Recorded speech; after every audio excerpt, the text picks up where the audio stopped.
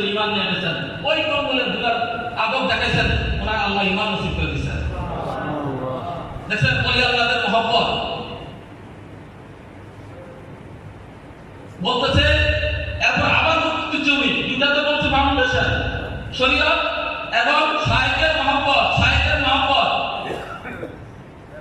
এরপর উনি বলে যদি মহব্বতে ত্রুটি হয়ে যায় তাহলে শরীয়ত ত্রুটি হয়ে যাবে। মহব্বতে পূর্ণ থাকে, শরীয়ত ঠিক থাকবে। তাহলে মূল কোনটা চলে আসছে? একটাই, শায়েখের মহব্বত তো পূর্ণ হবে, শরীয়ত তো পূর্ণ হবে। সুবহানাল্লাহ। তাহলে আমাদের হুজুর কেবলার মহব্বত আল্লাহ যেন আমাকে এবং আপনাদেরকে সবাইকে হুজুর কেবলার মহব্বত নিয়ে ঈমানের সাথে আমরা কবরে যাইতে পারি। এদের সবাই সবার জন্য দোয়া করুন। কি বলেন? আল্লাহুম্মা আমিন। আল্লাহুম্মা আমিন। আল্লাহ যেন আমাদেরকে সবাইকে হুজুর কেবলার মহব্বত নিয়ে পূর্ণ মহব্বত নিয়ে আমরা কবরে যাইতে পারি। কি বলেন? শায়েখের মহব্বত হলো সমস্ত কিছু রিলেটেড মুক্তবশের মনে, অসংখ্য মুক্তবশের মনে টানছেন কথাগুলি বিভিন্নভাবে।